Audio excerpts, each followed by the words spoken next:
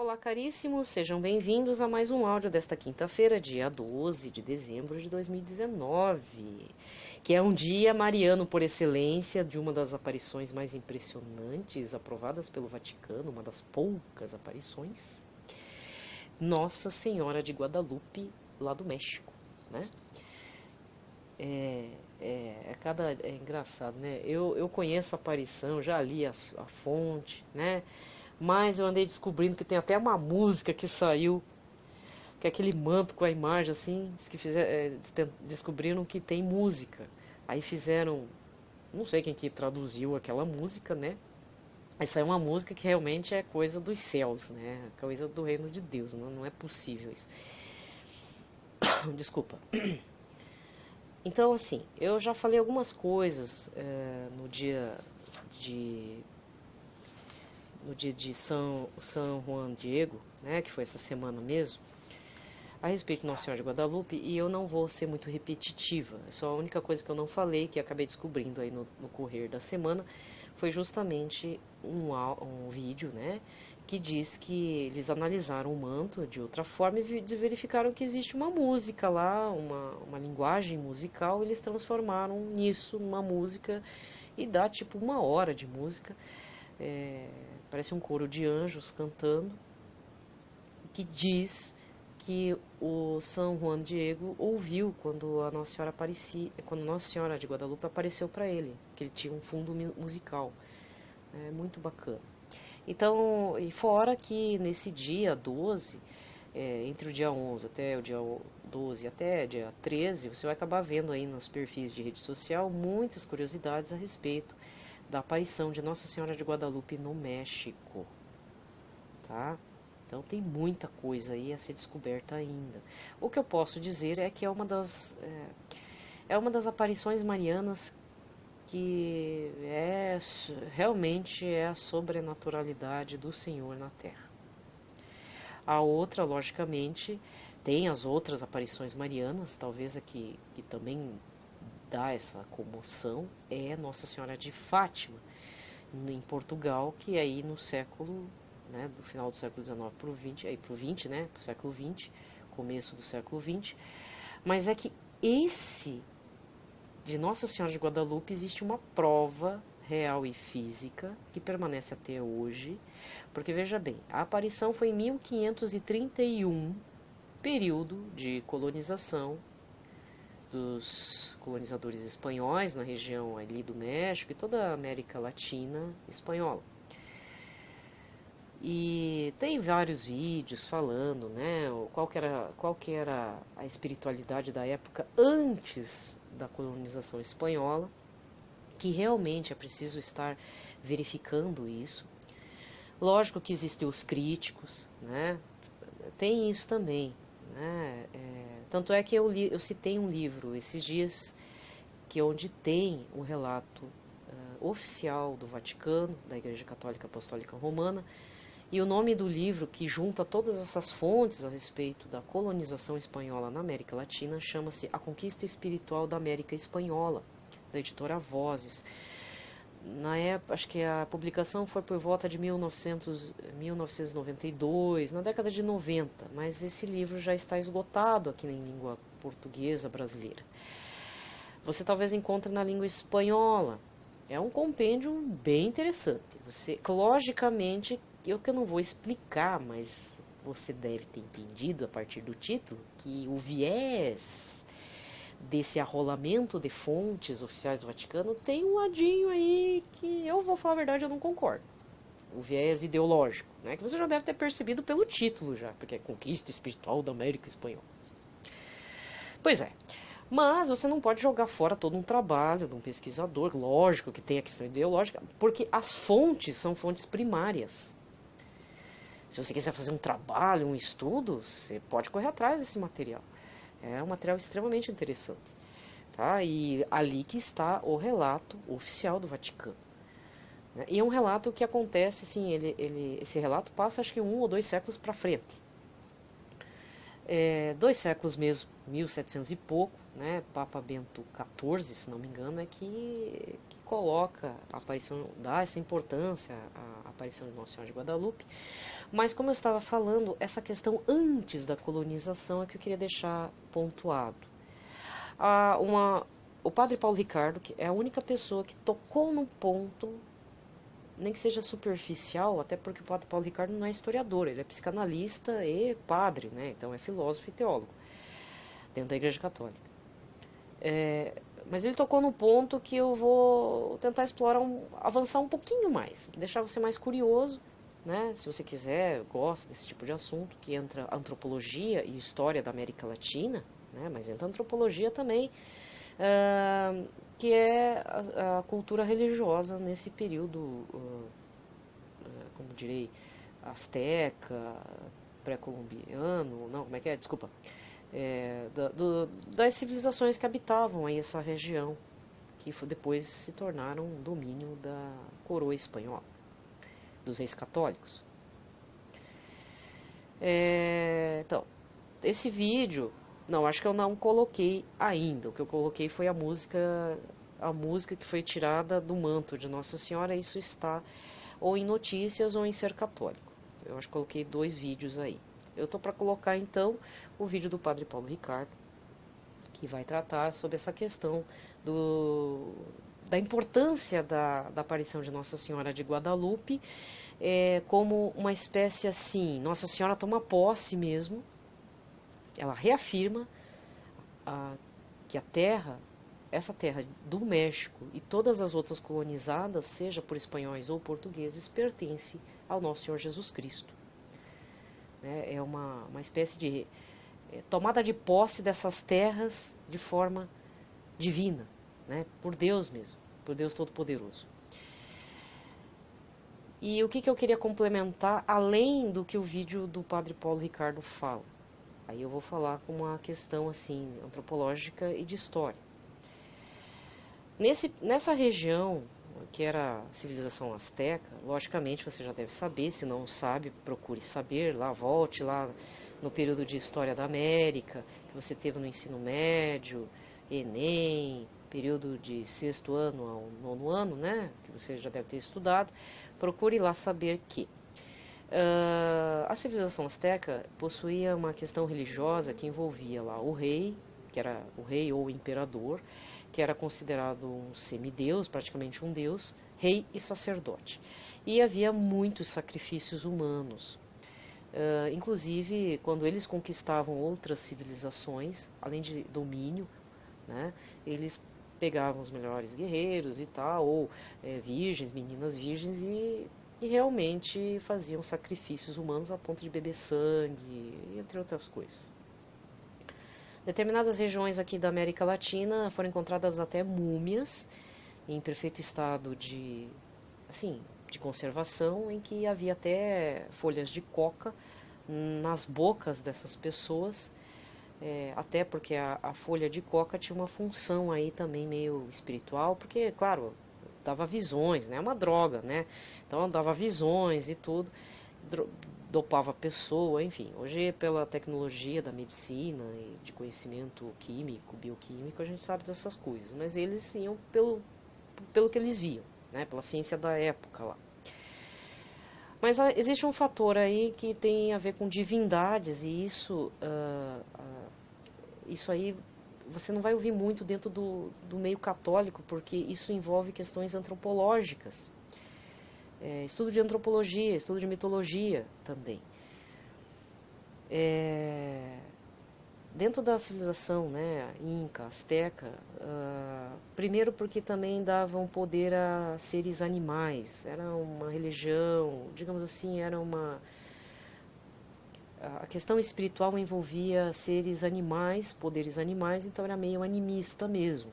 Por exemplo, existia o deus leopardo ou deus jaguar, que é a onça pintada, né, que devido à força dela. Existia também outros deuses como o Sol, a Lua e tudo, que está na representação de Nossa Senhora, em que ela está revestida de sol, isso na aparição de Guadalupe, e ela está em cima de uma lua. também. Mas existe um detalhe aí que só realmente os antropólogos, historiadores da América Latina, desse período, né, das civilizações, que vai entender, que é um culto a um deus, que é o deus serpente alado ou emplumado. Se não me engano, o nome é Quetzalcoatl, é a serpente emplumada. E aí, depois que eu vi o vídeo do padre Paulo Ricardo, né, eu não poderia deixar de estar comentando, fazer esse comentário que parece coisa de doido, mas se você correr atrás de material antropológico da América Latina de bons pesquisadores, essa divindade da serpente emplumada, ela dominava vários cultos de várias civilizações ali antes da colonização espanhola, dos espanhóis. Lógico que você não vai ver uma serpente emplumada, uma serpente voadora, não sei por qual razão, né, deram poder de voo para uma serpente. Porém, é uma divindade importante. Era importante para essas civilizações. E aí o que acontece? Me recordei é ótimo, né? Mas recordei-me de um relato dentro daquele site que eu gosto de indicar, que é o aleteia.pt, um caso de exorcismo em que o padre, se não me engano, acho que lá do México, estava fazendo um trabalho lá de expulsão de um demônio e o demônio soltou algo dizendo: mas essa terra sempre me pertenceu. E aí parece que tem essa associação com essa serpente emplumada chamada Quetzalcoatl, né?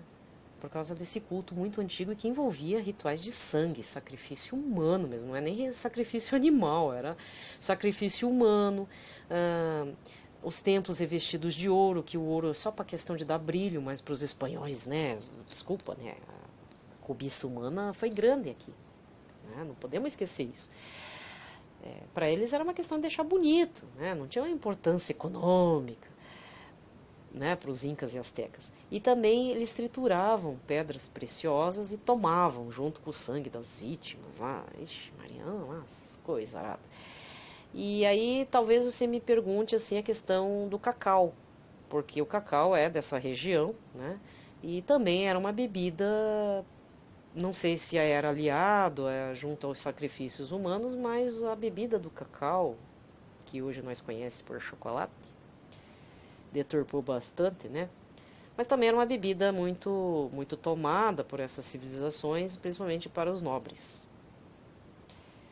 E para fechar aí a questão, aí vou falar outra coisa que não tem nada a ver com o exorcismo, nem com a serpente emplumada, mas é até fazer uma homenagem para um professor que já faleceu, que foi reitor também da Universidade Federal do Paraná, professor Carlos Antunes, né? Ele era de uma linha chamada História da Alimentação. E uma das últimas simpósios, micro simpósios que teve lá dentro do departamento que eu acabei indo, ele estava orientando uma futura mestranda, eu espero que ela tenha terminado esse trabalho, em que ele falava: estou orientando uma pessoa aqui no mestrado, uma moça.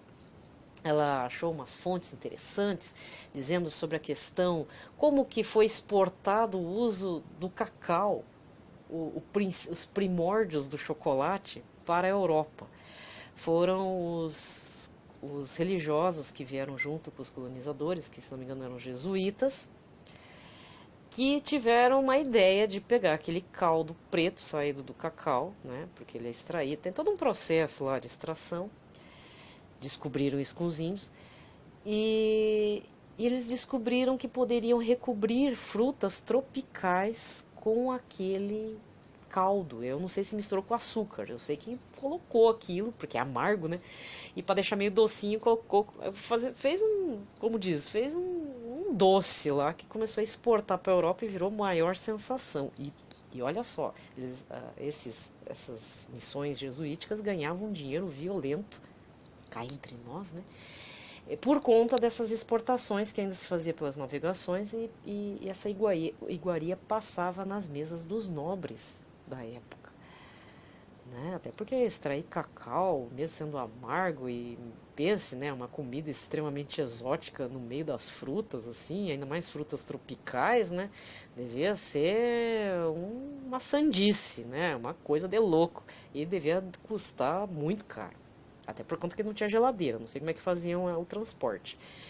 Mas havia documentos de primários, fontes primárias, que, né, eu chamo assim porque fiz história, então as fontes primárias indicavam essa economia emergente dentro das missões, né, em que o alimento, um dos alimentos serviu de fomento econômico para manter as missões aqui e lá também, sei lá quem que para onde que ia, né, o dinheiro também, mas alguns europeus lá ganhavam seu quinhãozinho, né?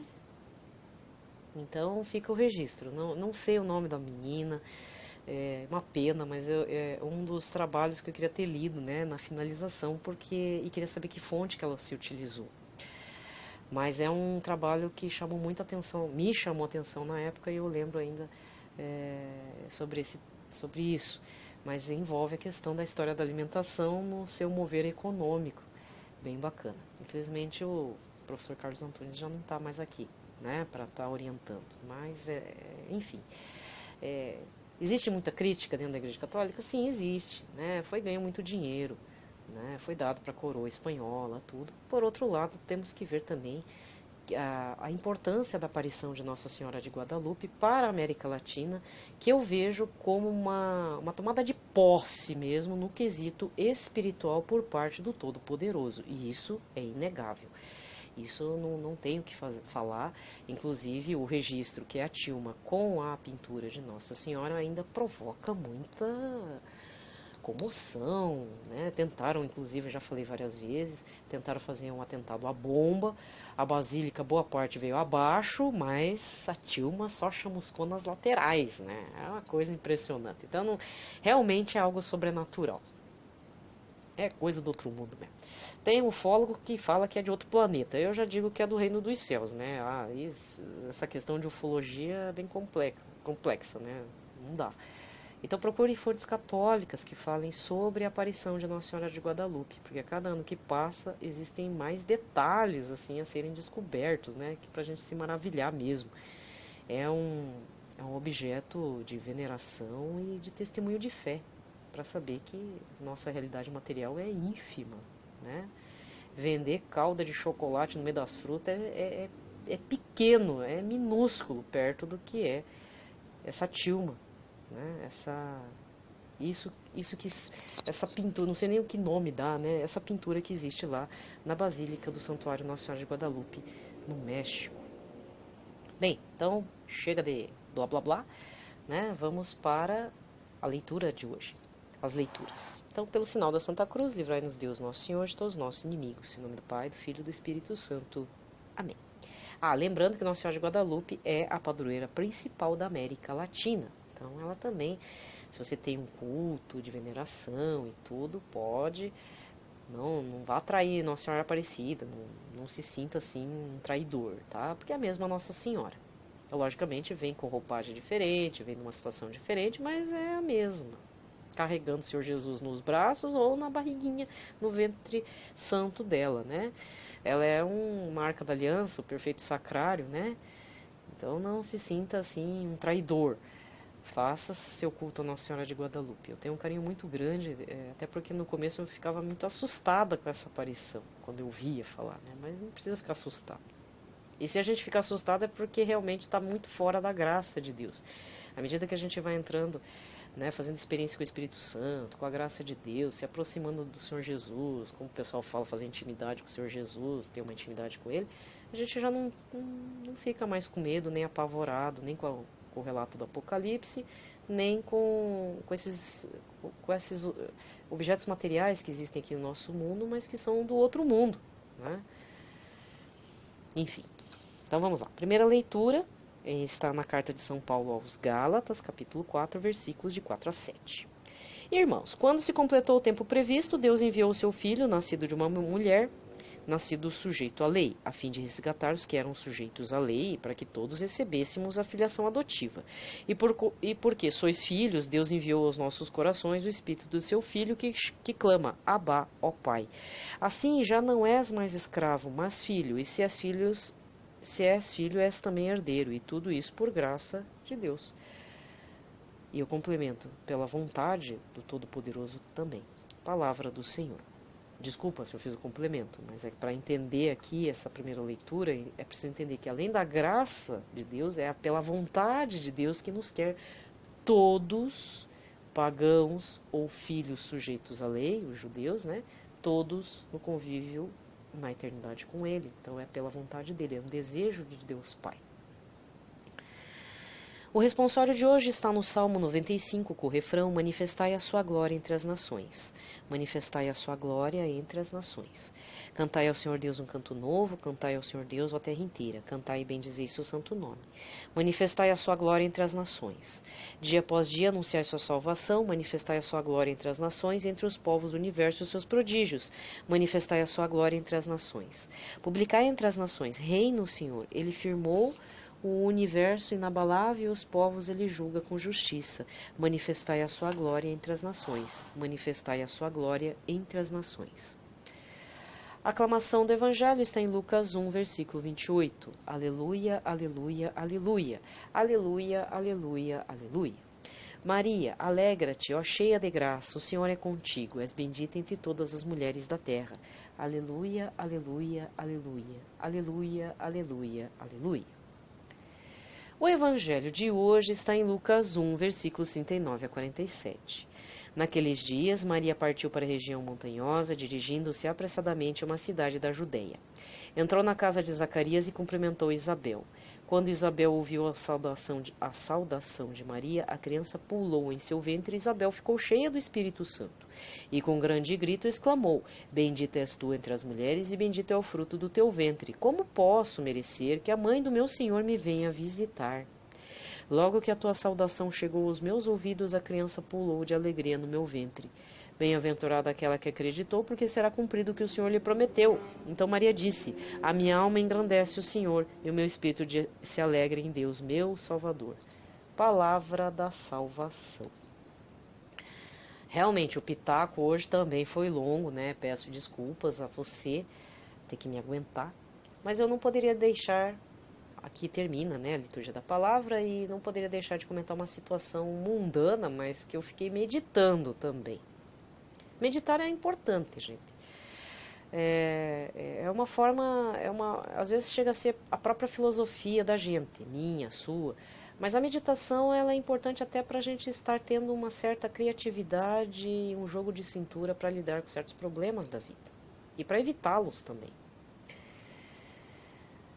Apesar que o que eu vou comentar, a princípio, não vai causar problema, mas eu fiquei com uma pulguinha atrás da orelha. Vai acontecer, né, pro ano que vem, um filme da Mulher Maravilha. Pode parecer estranho o que eu estou falando, né? Mas vou aproveitar a data de Nossa Senhora de Guadalupe, uma data mariana forte, né? Uma das principais para o mês de dezembro.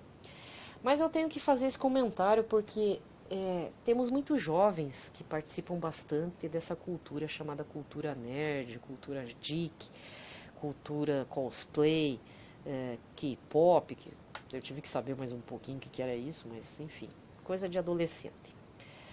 Mas pelo menos ele tá lá com pessoas assim que não vão fazer mal. Realmente, o pessoal nerd, o pessoal geek que faz cosplay, a princípio não é muito envolvido com drogas, é um pessoal que gosta, a única droga, entre aspas, o vício, vamos colocar assim, é gostar de quadrinhos, super-heróis, se vestir como eles e tal. Mas enfim, deixa eu entrar no quesito do filme novo que vai aí aparecer da Mulher Maravilha. Não sou muito fã, né? Mas eu achei bacana o thriller, o teaser, assim, uma prévia do trailer, né? Que eu vi, aí eu tava esperando o trailer com muita ansiedade, porque aconteceu num mega super evento chamado CCXP, a Comic Con São Paulo, já tem bastante tempo já. que agora está agregando tudo, né? Videogame, quadrinho, filme de super-herói. Então é considerado um dos maiores eventos, superando até um que acontece nos Estados Unidos. Que aí já é um pouco fechado, é o tema fechado, acho que é só videogame. Então aqui de São Paulo é que nem cachorro-quente brasileiro, né? Tem tudo dentro, tem tudão, assim. Não é só salsicha e pão, né? Tem bastante coisa. Então junta gente de tudo. Quadrinista, filmes e tal. Então aí o trailer desse filme saiu, foi lançado com a participação da própria atriz aqui, que é a Gal Gadot. Veio um mega no evento, juntou gente saindo pelas laterais, né? Tinha gente até pelo teto. Mas o que me chamou a atenção dentro do trailer é que, enfim, não vou fazer muitos comentários, porque aí eu deixo pro pessoal que lida com essa coisa de teoria da conspiração, porque tem bastante detalhe interessante, que eu não vou comentar aqui, porque não é o caso. Mas o que me chamou a atenção foi uma frase, né, que aparece lá nesse pedacinho aí, que ela tá no jato invisível, né? A Mulher Maravilha tem um jato invisível, ela tá com o crush dela, que não sei como apareceu vivo, que tinha morrido no primeiro filme. E tá lá, uma nova era de maravilhas. Wonder, né? Porque ela é a Mulher Maravilha. Aí eu fiquei pensando. Primeira coisa, porque assim, depois disso eu fiquei pensando. Acho que eu não vou ver esse filme, não. Porque a única que recebeu maravilhas, né, que foi coberta de maravilhas, viu maravilhas acontecer, maravilhas que causaram dores, mas mesmo assim maravilhas de Deus, foi Nossa Senhora. E está aqui no Magnífica. A minha alma engrandece o Senhor, o meu espírito se alegra em Deus, meu Salvador. E se você parar para pensar, o Magnífica revela as maravilhas que Nossa Senhora recebeu de Deus Todo-Poderoso. Ela já nasceu sem pecado, que é um dos dogmas, né? Sem o pecado original.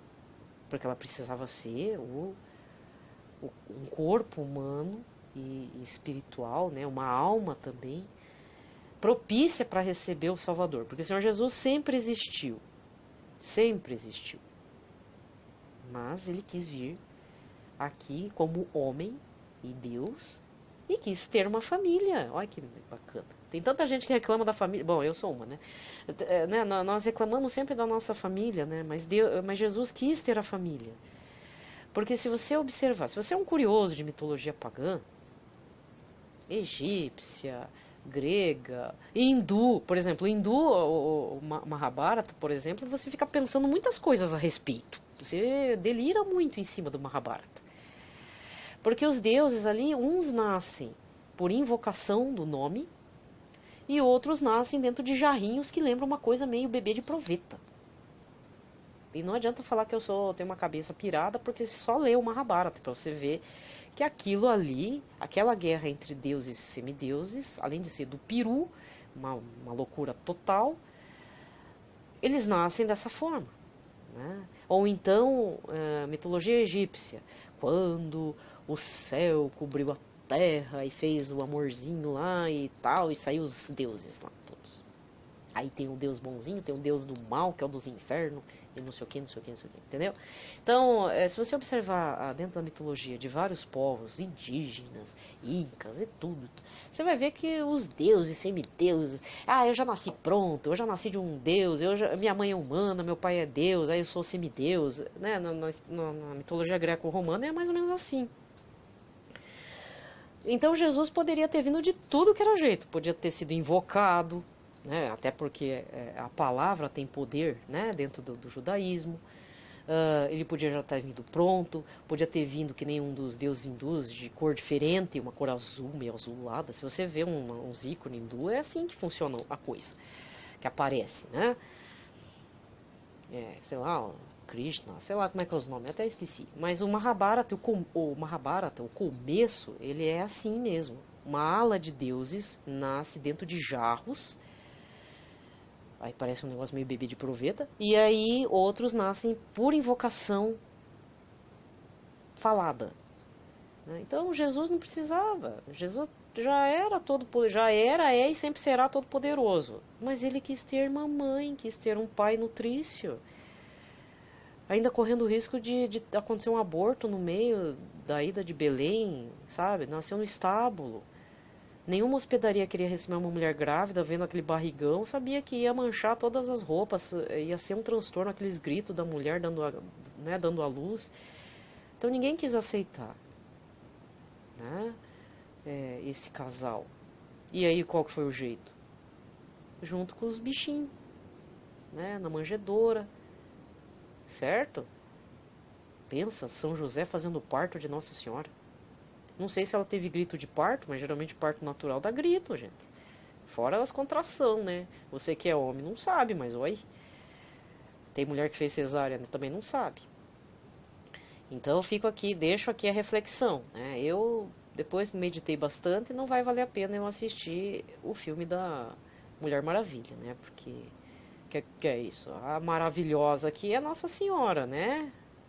Ou pelo menos vão colocar que ela recebeu todas as maravilhas de Deus, mesmo na dor, mesmo sendo Nossa Senhora das Dores, lá no fim. Né? Até depois ela foi consolada, ela está no céu, né? Jesus não ia deixar ela aqui à mercê dos vermezinhos para ter o corpo corroído e comido aqui na terra. Jesus levou ela inteira. Que filho bom também, né? De Nossa Senhora. Certo? Então fica para reflexão aí de vocês, se está valendo a pena assistir muito filme, seja em streaming, seja no cinema, que tá caro também o ingresso. Eu já estou vendo essas partes. Será que está valendo a pena? Será que vai desvirtuar eu do caminho? Acho que pro áudio de amanhã eu vou fazer um comentário a respeito desses filmes mesmo, porque tem uma questão orgânica envolvida, mas aí eu vou deixar para você ouvir para o áudio de sexta-feira, dia de Santa Luzia. Beleza? Então, a paz de Cristo a todos, fiquem bem, vamos nos preparar bem para este advento, tá? Que Nossa Senhora de Guadalupe nos proteja, nos faça ver pelo menos um dedinho, pelo menos um pedacinho da unha, né, dela, para nos mostrar um pouco das maravilhas que Deus mostrou para ela, concedeu a ela, que essa graça seja concedida para nós, que fiquemos na paz do Senhor Jesus Cristo. Amém.